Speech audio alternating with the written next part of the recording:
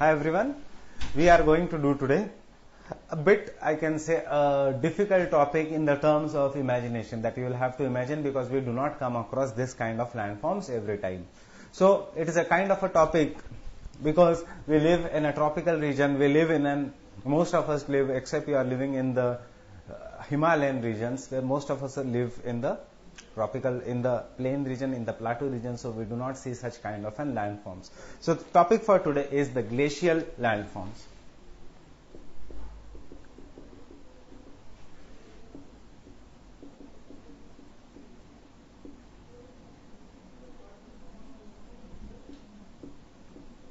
That is the landforms formed due to the glaciation or the landforms which are formed due to ice. This kind of landforms are the result of moving of the ice downwards.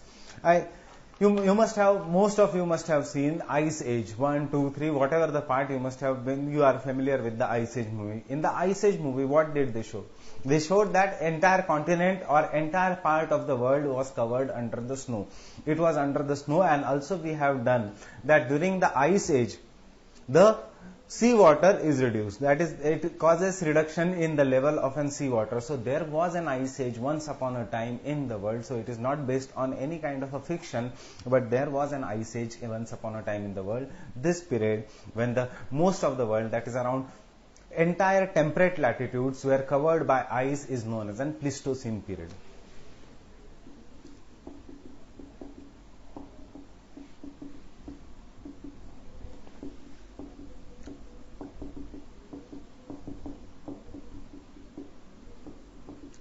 So the Pleistocene period, this is one fact you should know for the preliminary examination, that the Pleistocene period was the period of an ice age on the entire earth, or this was the period when the earth was covered under an ice. So during the Pleistocene period, as the earth was covered under the ice obviously moved because under the influence of a gravity. What did the ice do? Why did the ice move? Ice moved under the influence of gravity due to the sloping. It caused too much pressure on the land. Land tilted. There were many geological changes. There were some kind of a climatic changes also, but we are not concerned with this. We, as a general studies, we should know why does the ice move, what kind of a landform it does, and what it does to the surface. Now, if you open your atlas and see any of the higher latitudes means as you go towards the North Pole, how do we see? What do you see in the atlas? For example, I will draw an diagram of USA and the Canada region. What do we see here? There are numerous lakes you will see are present in this region, and these are the Great Lakes of North America. That is, the famous Niagara Falls. It is located on one of the Great Lakes. Where it is located, check out the preliminary special part of continents. We will be doing the preliminary special part of the continents also. So you can check out in this on which river, on where it is, between which lakes it is located. So you will see there are numerous of lakes here in this region. Same applies to the coast of Europe. If you see this coast of Europe, you will see that it is covered by numerous ice or numerous lakes. Now, why are there so much lakes present in the country that they can be seen even in the atlas? Open the place where you are living in India. Can you see a major lake? Or there, obviously, if you are living in an area where there is a lake, can you see that in the atlas? I guess no, unless you are living near the Chilka lake, unless you are living near the very big lake, but generally not seen in the atlas. Then just use your imagination that how big these lakes will be and what causes these lakes. Now come to your refrigerator. In your refrigerator there are two kind of ice. One, the ice tray, the smooth ice which we put water and it is formed, and other, if the freeze does not have a defrost, you will see that there is some granular ice like thing, some feathery ice like thing which is formed inside the freezer. If you take that ice, if you put the force, obviously it will cause some kind of scratches on your skin. If you take ice and rub it on your skin, then till the time ice melts, it will form some kind of scratches on the skin. If the ice is too old, that means it is more solidified. The more solidified ice, if you are rubbing it on your skin, it will cause more and more scratches on the skin. Same thing, you apply it to the earth. The earth was covered by an ice during the period which is known as Pleistocene period. In this Pleistocene period, most of the temperate latitudes, because they were covered by ice, the ice moved over this earth's crust. Now the earth's crust, when it moving over the earth's crust, imagine if the freezer ice can be so powerful agent of erosion that it can scratch your skin. Don't try it. Just use your imagination. If it can cause scratching of your skin, the same thing, the hard, granular, very old ice will scratch the earth's surface.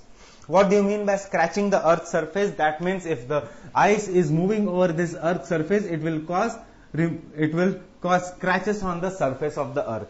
And if it is causing scratches, what does it do? It erodes the top layer of the soil. It removes or erodes the rocks which come into contact with the soil, resulting into scratches on the surface of the earth. And whenever the ice will melt, this scratches got filled with water, because water got collected in this scratches, and therefore the lakes were formed in this region. So in the areas which experience Pleistocene glaciation period, what is the one kind of a topography?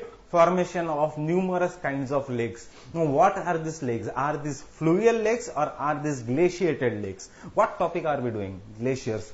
So, one of the chief characteristics of Pleistocene ice period, what is resulted into formation of, it resulted into glaciation and then formation of lakes on the surface of the earth. Now, which areas experienced glaciation? Was the higher latitudes. So, as a result, you can see the numerous higher latitudes, that is 60 degree north, 60 degree south, 70 degree north, 70 degree south. These are the higher latitudes. This experience the glaciation, and these all lakes are the glacial lakes. We will do it while doing the continents. This is just a background I gave you before we come to the topic. One question, if you are attempting this year's preliminary examination, even if you are not, you should, as a civil service candidate, try solving the past year questions. One of the previous questions, you will find that why there are numerous lakes in the North America or in the Sweden or in the Scandinavian countries or in the higher latitudes of Europe. You know Pleistocene, you know the answer. That is the Pleistocene glaciation. You know these are glaciated lakes. Why they are there? Because of scratching of the surface of the earth. Now, after the Pleistocene glaciation, most of the ice on the earth got melted. But some of the major portions of the ice are still present on the surface of the earth. These major portions of the ice are known as ice caps. These are known as ice caps, and they are present in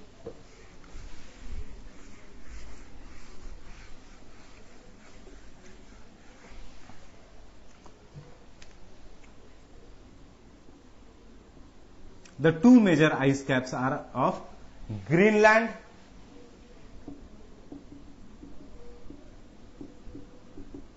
and of Antarctica.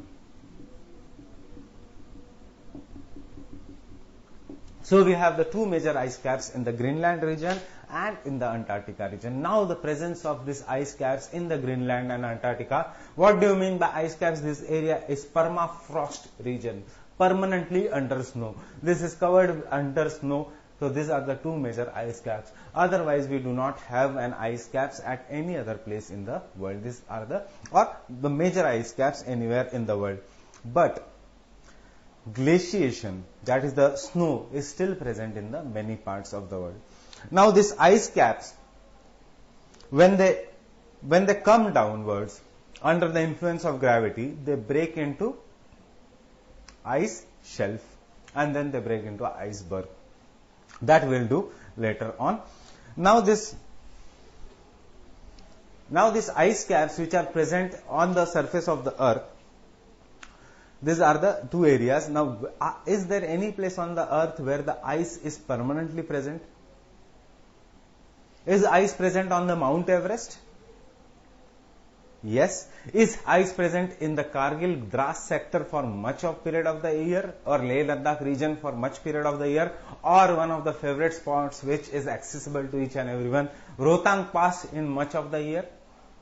Rohtang Pass has ice in some specific parts of the year, that is during the winter. That means there are still areas where there is a snowfall, and when the snow comes down under the influence of a gravity, it is known as a glacier. So, though ice caps are not still present all over the world, but there are major areas in the world which experience glaciation. Now, the areas which which experience snow throughout the year is known as a snow line. So, what is the next is a snow line. What is the concept of a snow line? The concept of a snow line is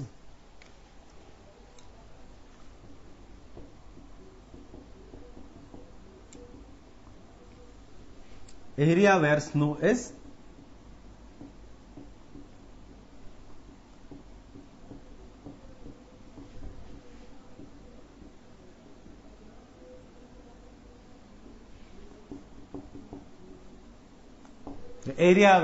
is permanently found.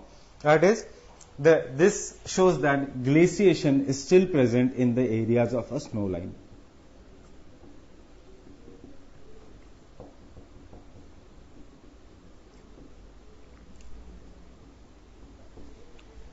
Now, why are we studying this? Why are we discussing this about the snow line and why the ice caps? Ice caps are the permafrost region. In the areas of the snow line, in the areas where the snow line is present, that is in the areas of snow line, we experience the glaciation. Now, why are we discussing this? We are discussing to answer this specific question. Now, tell me, where is the snow line present? Is the snow present on the equator? Is the snow present on the temperate latitudes? Is the snow present in the Indian region? India comes in which region? Is it a tropical or temperate country? It is mostly a tropical country. We call India as a subtropical country because some parts come in the tropical region, that is between the Tropic of Cancer and the Tropic of Capricorn. That is the two great circles. But if you go up, that is a temperate region. So, the Tropic of Cancer exactly passes through India and divides it through half. Which states is present?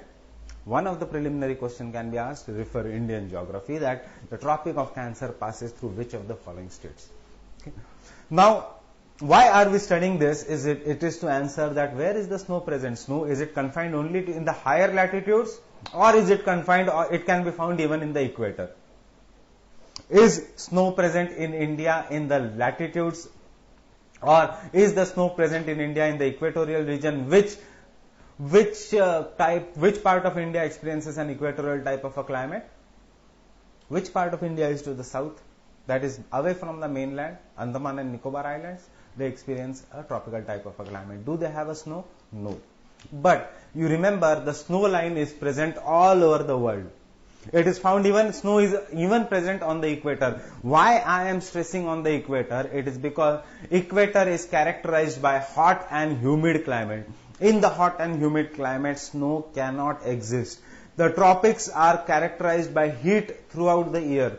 In this climate, the snow cannot exist. The temperate region is characterized by cold summers, warm winters, not hot winters, warm winters. In this, the snow can exist in certain conditions, while the frigid zone, that is the topmost zone, the snow can exist throughout the year. But then how can the snow be present over the equator? This is because of the concept that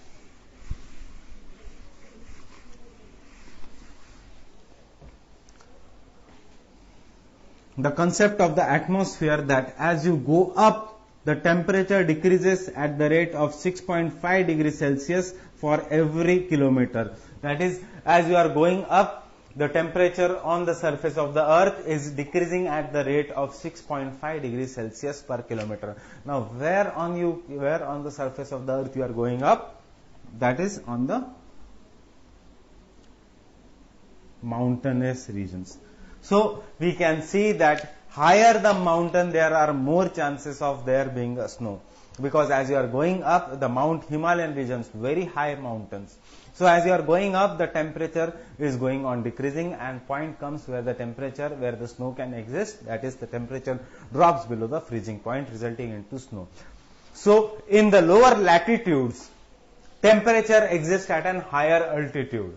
In lower latitudes, which are the lower latitudes? If we look at the surface, if we divide the earth, equator, Tropic of Capricorn, Tropic of Cancer, 60 to 65 degrees, and the polar regions. So 0 degrees, 23 and a half, 66 and a half, south, 23 and a half, north, 66 and a half, north, and 90 degrees, 90 degrees. Now as you are going away from this, the equatorial region, the heat is decreasing, and therefore the temperature is also decreasing. So in the above 66 and a half degree, the temperature the snow is found at a lower level. There is a snowfall. But at the equator, for snow to exist, the height of the mountain has to be very, very high, and then only the snow can exist. Why the snow can exist? Because the temperature decreases at the rate of 6.5 degrees Celsius per kilometer. So that is why we see that in our India also, or in most of the tropical region, the snow is found at a greater height, what we call as a snow-capped mountains. That is, only at the topmost height the snow is being formed. These are known as the snow-capped mountains. Such a snow-capped mountain is found even on the equator, and the example is Mount Kilimanjaro on the equator. So what we can deduce, or see, you can even deduce from one thing, you can even conclude one thing from it. Why do we visit hill stations, or why hill stations are cooler during the summer months? The same logic applies here. As you are going up, the temperature decreases at the rate of 6.5 degrees Celsius per kilometer, known as a normal lapse rate. So what is the normal lapse rate? Temperature decreases at the rate of 6.5 degrees Celsius per kilometer. So we can conclude that at 90 degrees in the poles, in the polar region, snow is found near the sea level.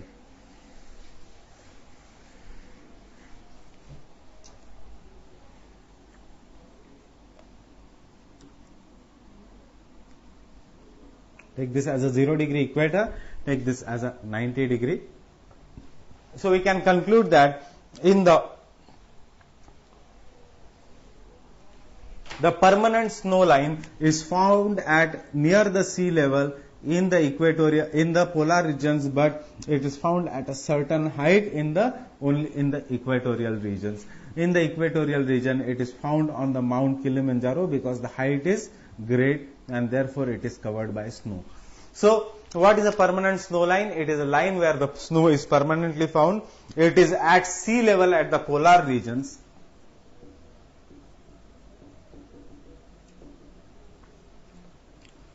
At sea level in polar regions. It is at the sea level in the polar regions, but at the height of 17,000 feet at the equator. Therefore, Mount Kilimanjaro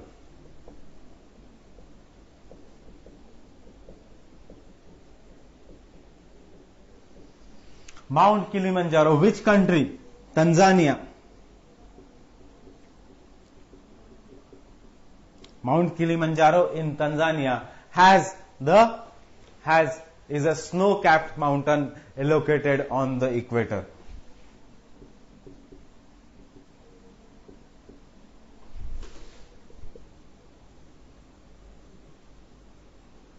Is snow-capped mountain.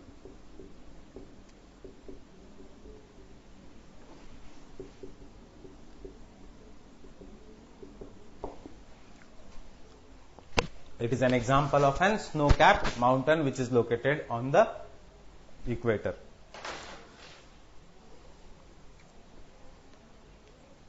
Now, what you have to remember that it is snow-capped mountains. Look at it, means it must be of a certain greater height. You remember that Mount Kilimanjaro is the highest mountain in the Africa. Mount Kilimanjaro is Africa's highest mountain.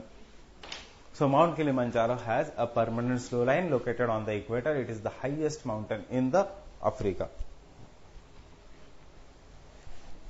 Now, what is the difference between the fresh snowfall and the old snow? See, whenever the snow falls in a region, it is actually a soft. You won't see that in the regions of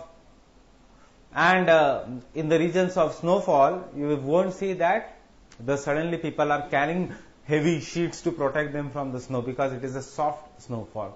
Actually, many people enjoy the snowfall also. In fact, the tourists go to the regions of a snowfall. But the snowfall, when it accumulates for over the long period of time, during the daytime the snow melts, while during the night time it again is refrozen. Daytime melting, refrozen, melting, refrozen. This cycle continues, and therefore in the end a hard granular substance, a hard granular snow, a hard snow is formed. Such an hard substance, hard snow, is known as fern.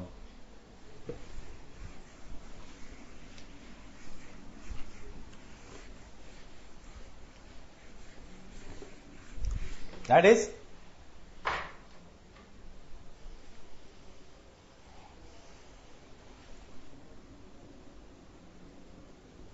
neve. What is an neve?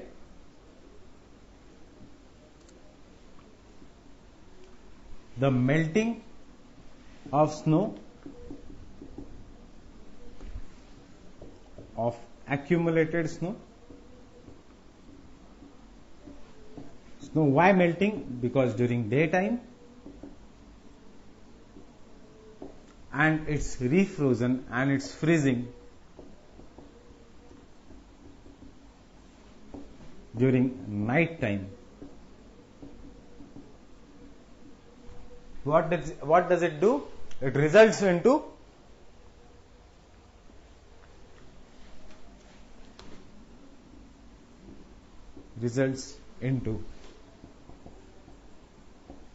formation of hard granular, again substance, or a snow only it is not actually a substance, a hard granular snow, which is known as hard granular snow, known as neve in French language and fern in German language, and fern in German language.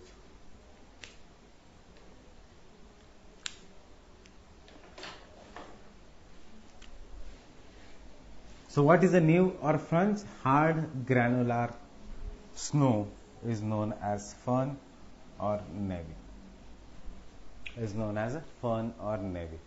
Now, why it is formed? It is formed due to accumulation of the snow and freezing and melting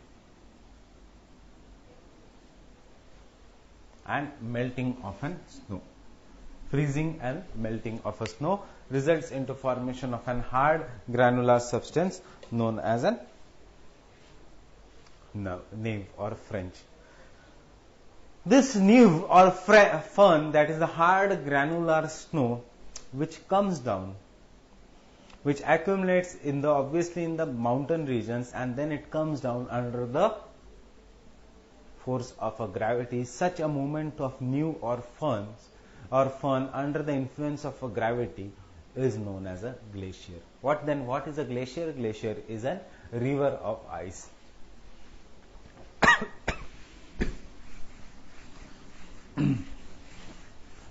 Give me 2 minutes.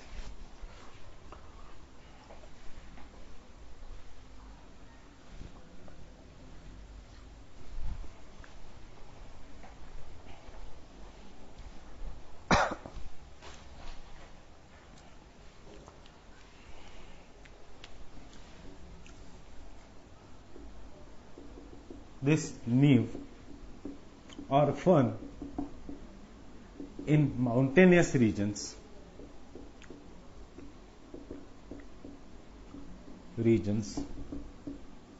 flows down under the influence of gravity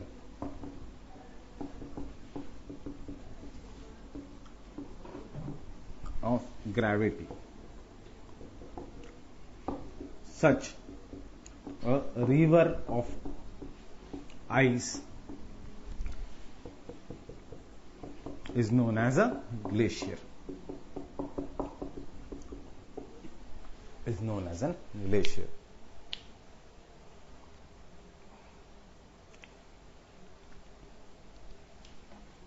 Such a river of an ice is known as a glacier.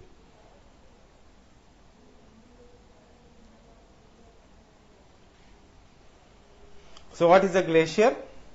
The flow of an accumulated snow ice, same like a river. River originates in the uplands, even the glacier originates in the uplands, and unlike water, it is a snow of a hard granular substance, that is snow. Now when this glacier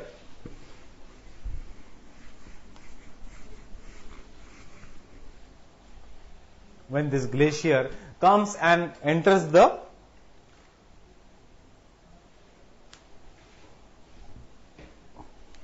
if this glacier comes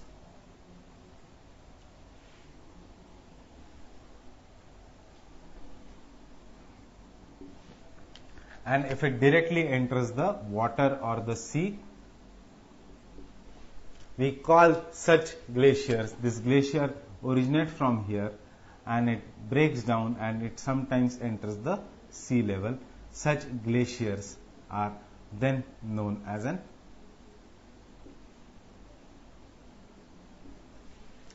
icebergs. Now what do this glacier do? These glaciers bring large amount of sediments. When the snow is coming down, it is carrying large amount of sediments along with it. Unlike water, you cannot bend the snow. The snow cannot meander. The snow cannot take a bending path. Snow, because being a solid, it will come straight downwards.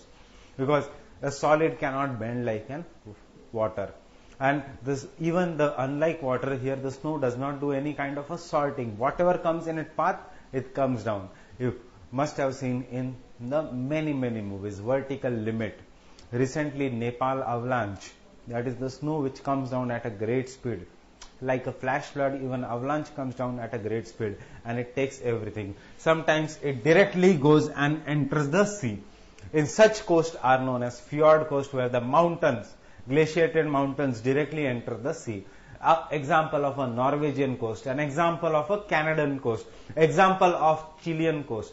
That is in the higher latitudes, the mountains, when they directly enter the sea, the glacial valley, if it is directly entering the sea, it is known as a fjord coastline. We will do it later on.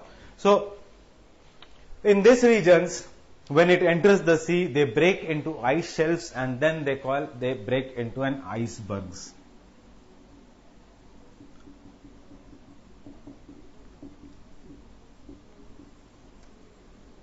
Why there is a saying known as a tip of an iceberg? What do you mean by tip of an iceberg or tip of something? That is, when we know very little of what is present, it is known as a tip of an iceberg. Why it is associated with the glacier? It is because the ice which floats, we can see only one part of the 9 parts which are visible. That is only 1/9 of the part.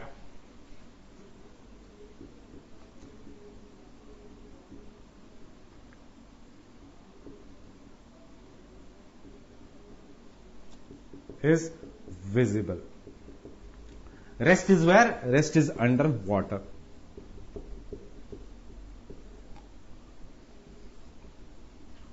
And therefore, the icebergs cause lot of accidents, lot of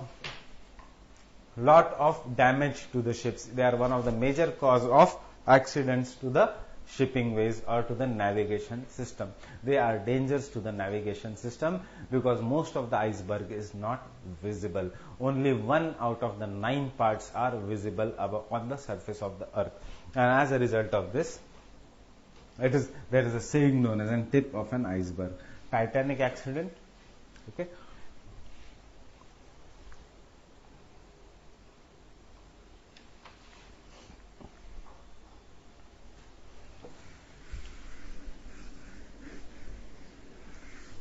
How is the shape of a glacier? Glacier is generally tongue shaped. That is, it is broadest at the behind, while when it comes down, it becomes tapering. So most of the glaciers are tongue shaped. That is, they are the broad at the back while they narrow down the hill.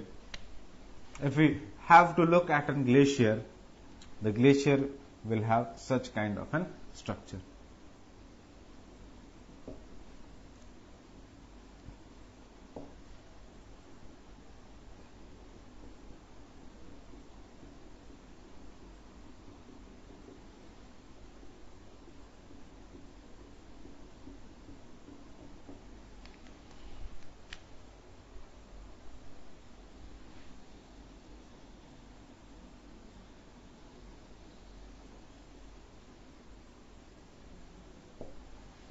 This will be the shape of a glacier. That is, they will be broad at the source of a glacier while they will become narrow down the hill. So, why we are doing this? Because the question can be the shape of a glacier. They are broadest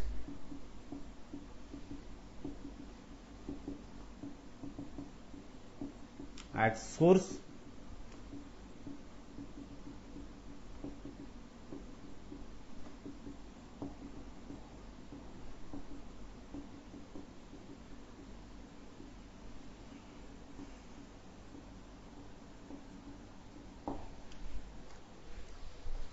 while they become narrow down the hill. They are broad at the source, they become narrow down the hill. Now, how is the movement of a glacier? Can I say why it become tongue shaped here? Or if you plant poles in the glacier at the source, if we plant the sticks here, we'll see the movement of the sticks will become somewhat like this.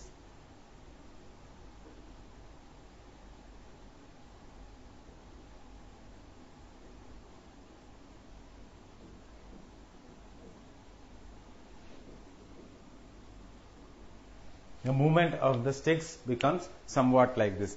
That initially I planted the sticks, then the central part of the stick went ahead comparing to the other part, then again the central part, went bit ahead compared to the, and in the end the central part is much ahead than the other parts. So the sticks which are planted here, they assume such kind of a shape at the end of a glacier. Why does it happen? Or what can we conclude from this diagram about the movement? Can I say that the movement of the glacier is maximum at the center of a glacier, while the movement of the glacier is slow on the sides? Can I say this? Or can we conclude from this? Yes. Then why is it so? It is because on the sides, because of the presence of this mountain system, there is a friction, while here in the center there is no friction, and because of the friction, the speed of a glacier here is reduced. The movement of the glacier is downwards this way.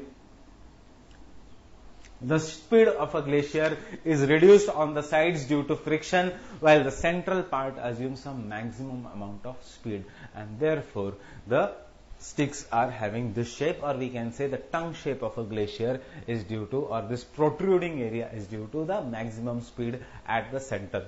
Remember the statement that maximum speed at the center is due to the, that is, there is a maximum speed at the center on the glacier. Why? Because the sides are held back by the friction. So the movement of the glaciers, we can say that the movement of the glaciers,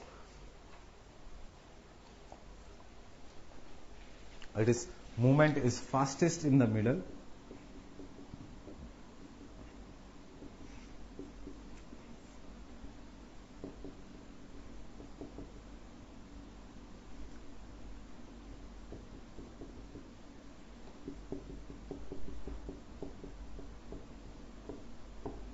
while slowest on the sides while it is slowest on the sides.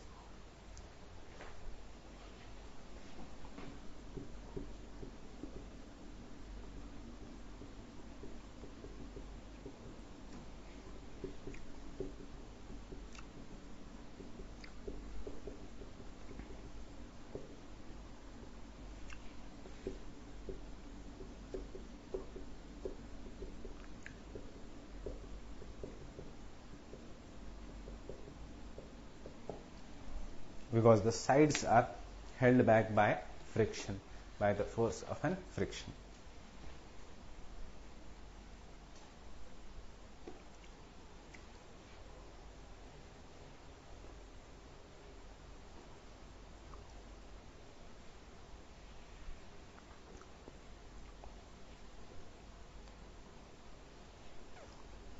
What is the importance of a glacier?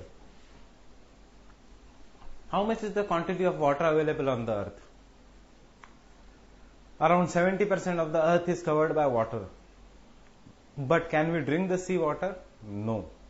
Only 2.5% of the world's water is, in that 70%, only 2.5% of the world's water is the fresh water. Rest of the water we cannot use. In that 2.5%, maximum amount of fresh water is locked in the glaciers of Greenland, Antarctica, or in the glaciers of the world. What is the source of river Ganga? Gangotri Glacier. What is the source of river Yamuna?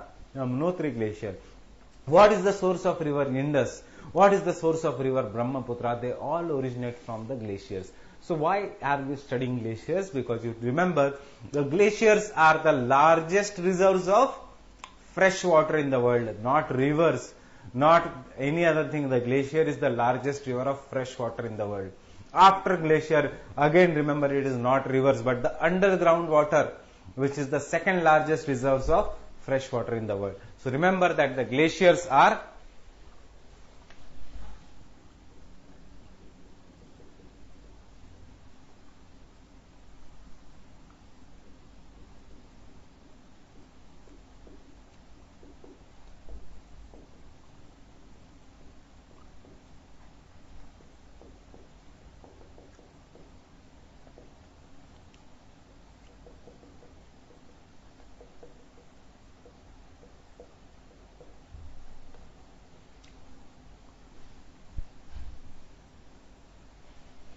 glaciers are the largest reserves of fresh water in the world.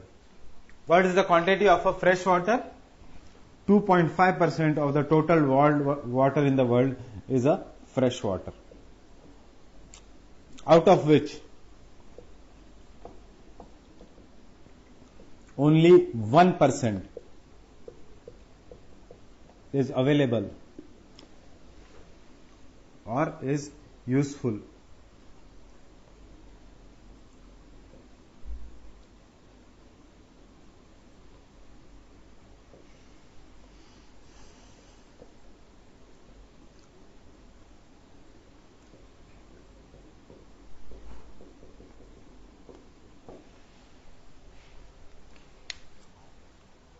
Available for human consumption.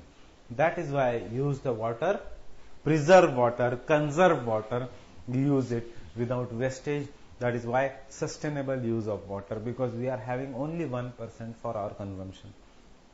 That is, most of the fresh water is locked in the ice sheets, larger ice sheets, which is not available for human consumption. And if there is if we use this water, if we even exploit this water, there may be large scale changes, temperature related changes, climatic changes in the world. Now coming to the topic, that is the glaciated erosion.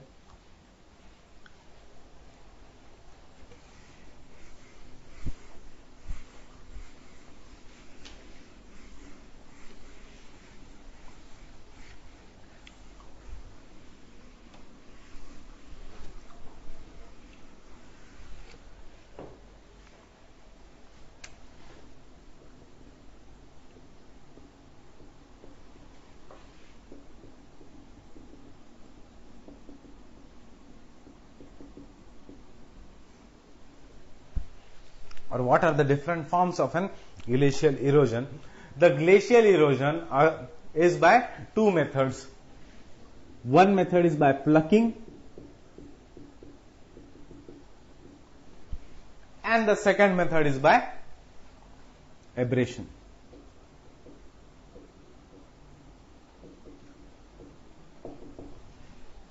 Again, how does the river work? Mostly by solution. How does the wind works? Mostly by deflation. How does the glacier works? Mostly by plucking.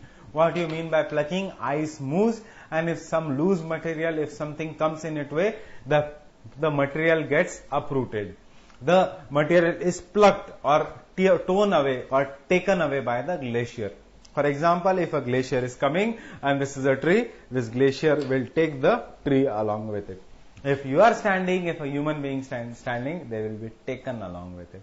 The glacier. And the glacier does not do salting like river. It does not bend like a river. So all the materials which are there in the glacier, they get enclosed in the glacier. They get trapped inside the glacier, and the only chance of coming out for the material is when the glacier will melt. So what do you mean by plucking? Is pulling away or tearing away the rock particles or the materials.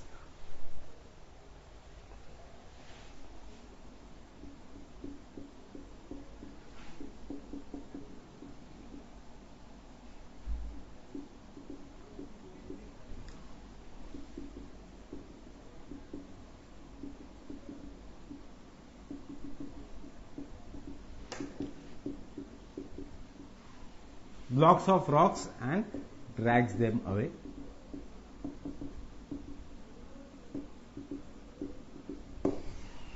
Now these rocks which are present in the glacier, this hard granular ice, they itself are the powerful tools of erosion, powerful tools of grinding. You remember that the glacier is one of the most powerful agent of an erosion. Why? Because these materials which are present which are there due to plucking, due to the speed of the glacier, the hard granular ice itself is high amount, is a powerful agent, is a powerful tool of erosion. And as a result, the next method, which is common in all three, that is the particles present in water when they when they come and erode the rock of a river beds, abrasion. Particles present in the sand come and erode the rock, sandblasting, abrasion. The particles present in the glacier, they come and scratch or erode the rock surface, abrasion. What does the abrasion do? Abrasion results into scratching. As I told you, why I took the lakes earlier. It is so that you understand by which process, by stratiation, by scratching. This is one of the most important characteristic of a glaciated topography, that all the glaciated topography are highly scratched or highly striated. That is the geography, one of the word for scratched. So if the question comes, stratiated topography, or scratched topography is a characteristic feature of which kind of a topography? You know the answer is glacier. What is the characteristic feature of a glaciated topography? Scratches on the surface, resulting into formation of a lakes after melting away of the ice.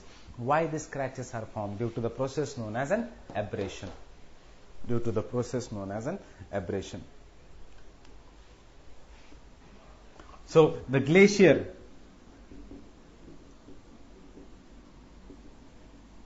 scratches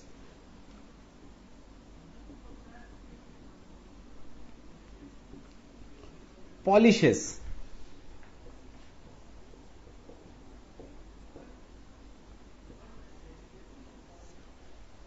the glacier scratches, polishes, scrapes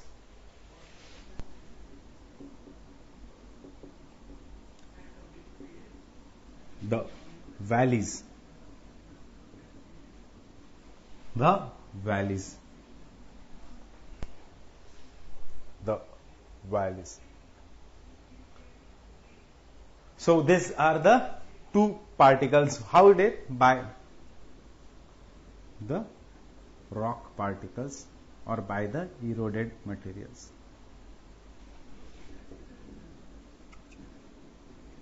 By the eroded materials.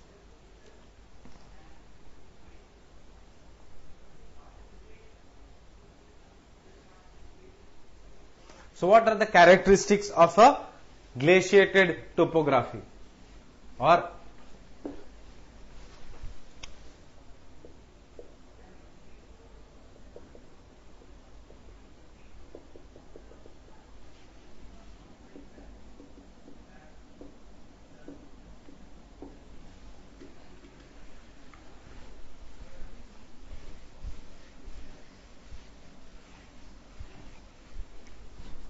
what are the characteristics of this glaciated topography? As I told you, the glaciated topography has two types of characteristics. One, the glaciated floors are scratched.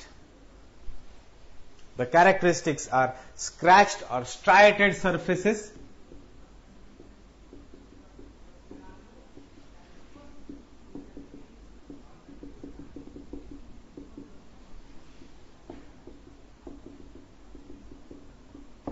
Scratched or striated surfaces, and these are one of the reasons for presence of numerous lakes.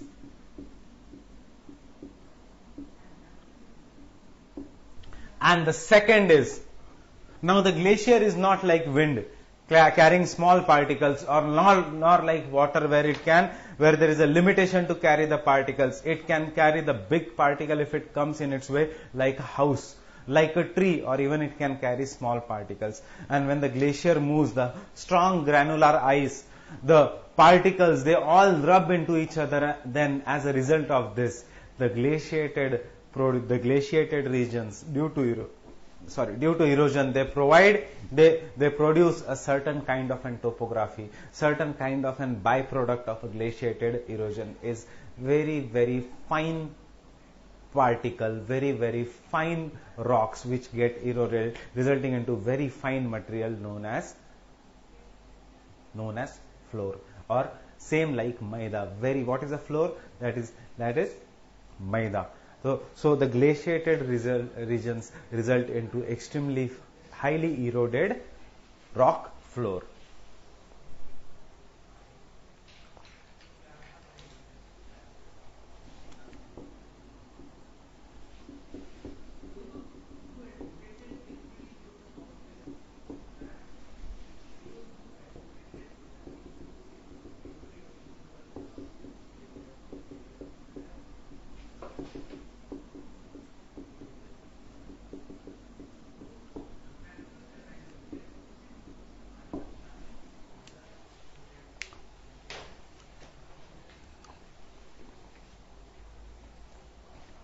Produces rock floor. So what is rock floor? Extremely finely grinded rock. Finely grinded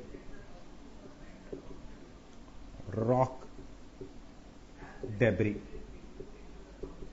is a rock floor. So this is the second characteristic of an glaciated topography. Now, because this is a heavy lecture, I will divide into two parts. The second part will be now the erosional landforms of glaciation, and the third part will be the depositional landforms of the glaciation. Okay. So here we have understood the basics of a glaciation. Now what you have to remember from the preliminary point of view is the glaciers are the largest, or from the exam point of view, any kind of an exam point of view, the glaciers are the largest source of fresh water in the world. Okay. Then second is glaciated topography shows scratching, shows polishing effect. Why they are scratched? Because the glacier is the most powerful agent of an erosion. Second, third, the glacier does not engage in sorting and resorting of the sediments. Fourth is that once upon a time, that is during the Pleistocene ice age, was the area of where the glaciations covered most of the areas of the temperate latitudes. Therefore, they shows the evidence of scratching. What are they? They are glaciated lakes today.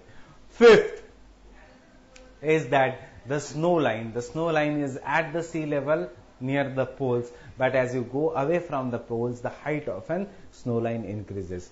So in the lower latitude, snow line is found at an higher altitude. Equator is the lowest latitude, and therefore the snow line will be at the highest height. Which mountain on the equator exactly has a snow? It is the Mount Kilimanjaro. Which part? Tanzania. Now do your homework. We'll start with the part 2. Till that, look in the atlas, mark which part of the Africa, Eastern Africa, Western Africa, North Africa or South Africa. Just see where is exactly the Mount Tanzania located and also Mount Kenya located.